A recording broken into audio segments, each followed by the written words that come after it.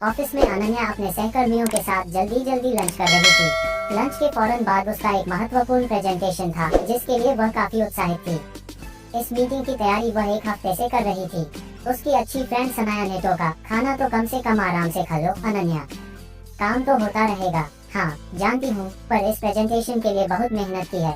राहुल का स्कूल, उसका होमवर्क, उसका खाना पीना सुमित ही देख रहा है आजकल। सच में तुम्हें बहुत अच्छा पति मिला है। हाँ, उसकी सपोर्ट के बिना मैं कुछ कर ही नहीं सकती। लंच करके अनन्या एक बार फिर अपने काम में डूब गई।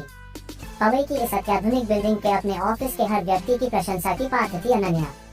सब उसके गुणों की, मेहनत की तारीफ करते नहीं थकते थे। आधुनिक, स्मार्ट, सुंदर, मेहनती, प्रतिभाशाली अनन्या 10 साल पहले सुमित से विवाह कर दिल्ली से यहाँ मुंबई आई थी और पवई में ही अपने फ्लैट में अनन्या, सुमित और उनका बेटे राहुल का छोटा सा परिवार खुशहाल जीवन जी रहा था।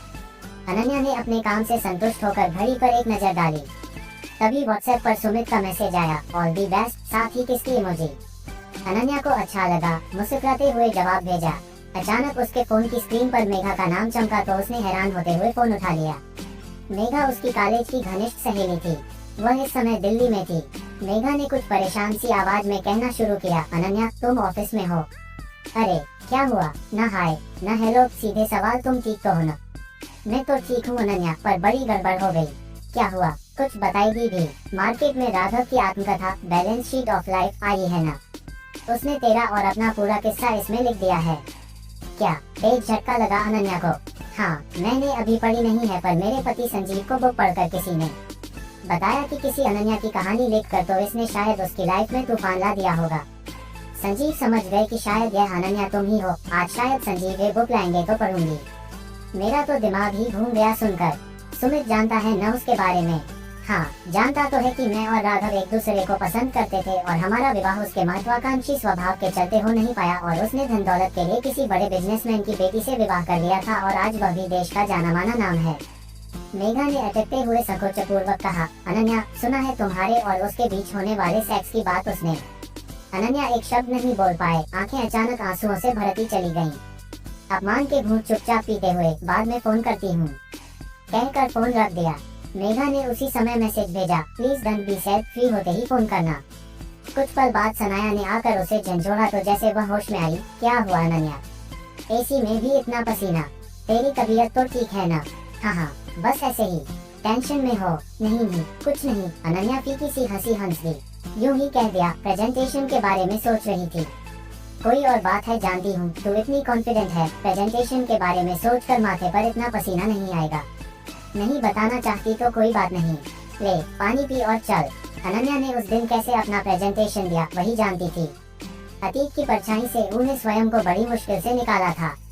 मन अतीत में पीछे ले जाता रहा था और दिमाग वर्तमान पर ध्यान देने के लिए आगे धकेलता रहा था। तभी वह सफल हो पाई थी। उसके सीनियर्स ने उसकी तारीफ कर उसका मनोबल बढ़ाया था। तबीयत कुछ ठीक नहीं लग रही कहकर वह घर के लिए जल्दी निकल गई। राहुल स्कूल से डे केयर में चला जाता था। सुमित आजकल उसे लेता हुआ ही घर आता था। वह चुपचाप घर जाकर बेड पर पड़ गई। राघव उसका पहला प्यार था। कॉलेज में वह उसके प्यार में ऐसे मगन हुई कि यही मान लिया कि जीवन भर का साथ है। राघव एक छोटे से कस्बे से दिल्ली में किराए का कमरा लेकर पड़ता था। राघव के बहुत बार आग्रह करने पर वह एक ही बार उसके कमरे पर गई थी। वही भावनाओं में बहकर अनन्या ने पूर्ण समर्पण कर दिया था। आगे विवाह से पहले कभी ऐसा न हो, ये सोचकर फिर कभी उसके कमरे पर नहीं गई थी। पर दिल्ली के मशहूर धनी बिजनेसमैन की बेटी गीता से दोस्ती होने पर राघव को गीता के साथ ही भविष्य सुरक्षित लगा तो कई बहानों से दूरियां बनाते हुए राघव अनन्या से दूर होता चला गया।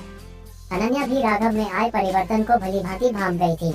उसने पूरा ध्यान अपनी पढ़ाई, करियर पर लगा दिया था और अपने प्यार को कई परतों में दिल में दबाकर यह जख्म समय के ऊपर ही भरने के लिए छोड़ दिया था। कुछ समय बाद माता पिता की पसंद सुमित से विवाह कर मुंबई चली आई और सुमित व राहुल को पा बहुत संतुष्ट व सुखी थी। पर आजकल जो आत्मकथा लिखने का फैशन बढ़ता जा रहा है, उसकी चपेट में कहीं उसका वर्तमान न आ जाए, ये फांस अनन्या के गले में ऐसे चुभ रही थी कि उसे एक पल भी चैन नहीं आ रहा था। जिस प्यार के एहसास की खुशबू को अपने दिल में ही दबा उसकी स्मृति से लंबे समय तक सुवासित हुई थी, आज जैसे उस एहसास से दुर्गंध आ रही थी।